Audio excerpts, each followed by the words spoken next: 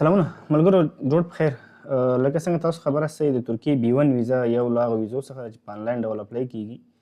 د دې لپاره یو څه شرایط پکار دي چې هغه باید مشتري ولري او هغه په اساس باندې موږ تاسو کولی شو اپلای وکړو. لکه د نورو ویزو په شکل د دې ویزې هم خپل یو لینک دی چې زه به یې په ډسکرپشن کې تاسو ته پرېږدم. تاسو کولی شئ هغې نه فالو کړئ او ویې ګورئ. د لینک چې خلاص شي تاسو لومړی په دې اپلای فار ان ای ویزا باندې کلیک کوئ او په دې ځای کې تاسو انتظار کوئ چې د اصلي پیج خلاص شي. بیا په اپلای باندې کلیک کوئ. دا درې برخې لري البته اپلای دی، میک پیمنټ او ډاونلوډ دی. د ترکیې ای ویزا یا B1 ای ویزا دا د نارمل افغانانو لپاره نه کیږي. دا باید یاد ولرو چې دا په عموم کې چې دی د خارجي اسناد لرونکو هغوی کسانو لپاره کیږي. نو لومړي سر کې موږ تاسو دغلته دوه ډول ویزې لري، یو ایرپورټ ټرانزیټ ویزا ده، یو الکترونیک ویزا ده. چون B1 ویزا باندې مشتري کولی شي چې بیرون ووځي د میدان څخه، نو موږ الکترونیک انتخابوو. دلته چې هر پاسپورټ اوسیږي د هر ملک، که چېرته آی ډي کارډ د بل ملک اوسیږي او پاسپورټ افغانۍ، نو موږ بیا د افغانۍ انتخابوو. چې د پاسپورټ خارجي نو پاسپورټ هم موږ کولی شو چې خارجي هیواد مربوط پاسپورټ انتخاب کړو. چون اکثره په دغه موردو کې موږ ته راځي د جرمني پاسپورټ والا هم راځي، نو موږ کولی شو چې جرمني هم ورته ولیکو، یا مثلا د فرانسې سور پاسپورټ اوسیږي، یا که هغه نه اوسیږي خپل د افغانستان پاسپورټ اوسیږي، په دې شرط چې د هغوی اسناد د اروپا یا د بل ملک اوسیږي. په ټراول ډاکومنټ کې موږ ته په کل کې خپله دغه کوم اورډینري پاسپورټ چې دی دغه باندې موږ تاسو اپلای کولی شو. په ټراول ډاکومنټ په دې باندې بیا موږ تاسو اپلای نه شو کولی، په یاد ولرئ. فی الحال یې نه شو کولی، آینده کې که چېرته تصمیم بدلیږي بیا هغه د آینده خبرې دي. اورډینري پاسپورټ انتخابوو، دغه کوډ ورته دلته لیکو 2PZ، خدای دې کې زیډ اوسیږي نه دی، P315. بیا که چېرته تاسو پخوانی اپلیکیشن نیمایي پورې تللی اوسیږي هغه هم کولی شئ لوډ کړئ، او که چېرته وایي چې نه نوی ده نو بیا په سیو ان کنټینیو باندې کلیک کوو. په دې برخه کې موږ تاسو دغلته کولی شو چې د تګ تاریخ معلوم کړو چې په کوم وخت باندې دوی ځي. چون د ویزې وخت 3 میاشتې وبخښئ 10 ورځې ویزه دی، 10 ورځې هلته کولی شئ سټې وکړي. او موږ هر تاریخ چې هغه زموږ خوښه وي هغه کوو. یاد ولرئ چې کوم تاریخ تاسو ټیکټ کړی اوسیږي هغه وخت ښه دی. نو موږ 20 تاریخ انتخابوو. په 20 تاریخ کې د دې ویزې تاریخ انتخاب شو، بیا موږ پروسیډ کوو، مخکې ځو. په دې ځای کې ځینې پوښتنې دي چې تاسو کول ولرئ، د ټولو جواب یس دی، نو دا به موږ ټول ټیک مارک کړو. ویل ولئ تاسو بیا پوهېږئ پرې، چون ما لوستي دي، زه ډېر تشریح نه کوم. بلې برخې ته ځو.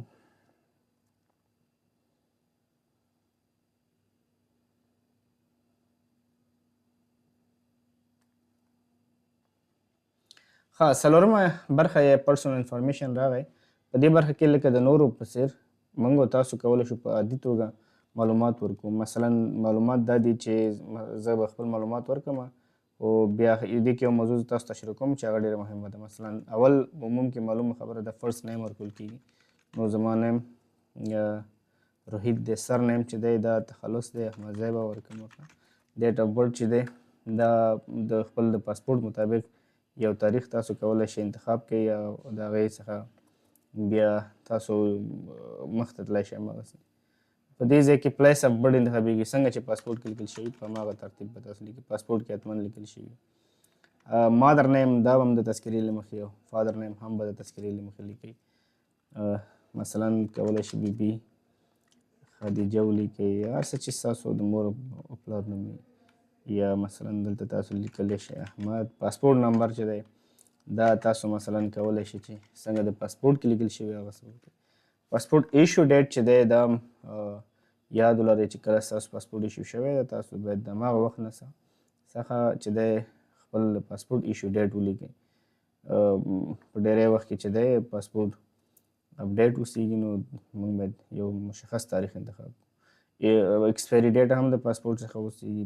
عموم کې پاسپورټونه چې دي 15 کاله یې، نو 15 کلن پاسپورټ یا 10 کلن پاسپورټ هم اوسیږي، هغې هم تاسو مطلب د پاسپورټ مطابق دا تاسو باید انتخاب کړئ. فبروري 3. ټایپ اف سپورټینګ ډاکومنټ که نه که چېرته تاسو ویزه ولرئ مثلا د یو اروپایي ملک ویزه ولرئ بیا بلته ویزه انتخاب کړئ چېرته ریزیډنټ پرمټ یا کارت ولرئ د اوسېدو هلته کارت اکثر آی ډي کارت ولري هغه دا به انتخاب کړئ نو کله چې دا انتخاب کو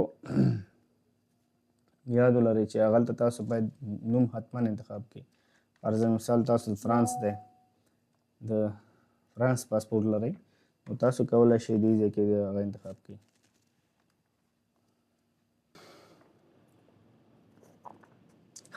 ملګرو ریزیډنټ پرمټ هم انتخاب کو د سپورټینګ ډاکومنټ او سپورټینګ ډاکومنټ فرام چې دی هغه فرانسې څخه دی همداسې موږ د ریزیډنټ پرمټ چې کوم ډاکومنټس کوم دي د هغې یو نمبر وي هغه نمبر هم باید په هغه آی ډي کارت کې اوسي چې هغې نه موږ ولیکو آی ډي کارت نمبر دی هغه به لیکو فرض مثال یو نمبر دی چې لومړي سر کې اف دی او بیا همداسې نور نمبر یې زه به ایکس ایکس ایکس ولیکم بیا تاسو هلته جوړ کړئ ایکسپایري ډیټ لري حتما هغه یې لري مثلا کله ختمیږي 2020 جنوري 22 کې ختمیږي ایمیل ادرس دلته تاسو لیکلی شئ زه به خپل ایمیل ادرس ولیکم تاسو هم کولی شئ خپل ولیکئ نو rohit@gmail.com دا به ولیکم همدې ترتیب سره موبایل نمبر تاسو ولیکئ که د مشتري اوسیږي ډېره غوره ده ادرس به ولیکئ چې کوم ځای کې هغه فعلا دی مثلا یا فرانس ولیکئ یا کولی شئ ننګرهار ولیکئ هر ځای کې چې مشتري خوښ او مشتري مشوره هغلته ولیکئ دا چې تاسو ولیکو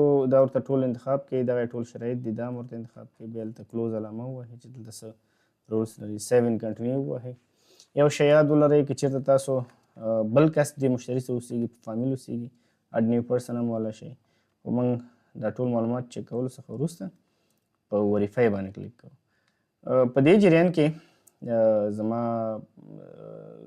دغه ته ایمیل ته به یو کوډ راځي کله چې هغه کوډ راشي وبخښئ ایمیل راځي د پیمنټ نو زه به هغه چک کوم هغې نه بعد بیا زه تاسو ته وایم چې دې پروسس ملګرو چې څنګه تاسو ګورئ کوډ راغی په دغه نمبر باندې زما کوډ دی دغه سرنیم دی او دا مسلې دي نو زه به اپروف باندې کلیک کوم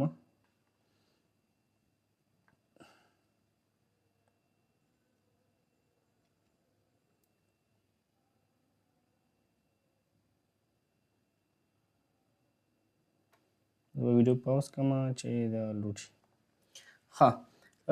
په دغه برخه کې د پیمنټ غواړي نو دلته چې تاسو خپل ټول معلومات ورکړئ بیا په دې ترتیب تاسو کولی شئ چې خپل پیمنټ وکړئ یاد ولرئ چې تاسو څخه به $8.15 کټ شي په دغه حساب په ډېرو ځایونو کې فرق کوي ځکه ماسټر کارډ خپل فیس لري او هر هغه څوک چې تاسو ته پیمنټ کوي طبعا هغه هم یو څه اندازه مصرف پې اچوي نو کله چې پیمنټ وکړو په هماغه دقیقه کې یا 15 دقیقو کې یا 10 دقیقو کې به د ترکیې B1 ویزه تاسو ته راشي ډېره مننه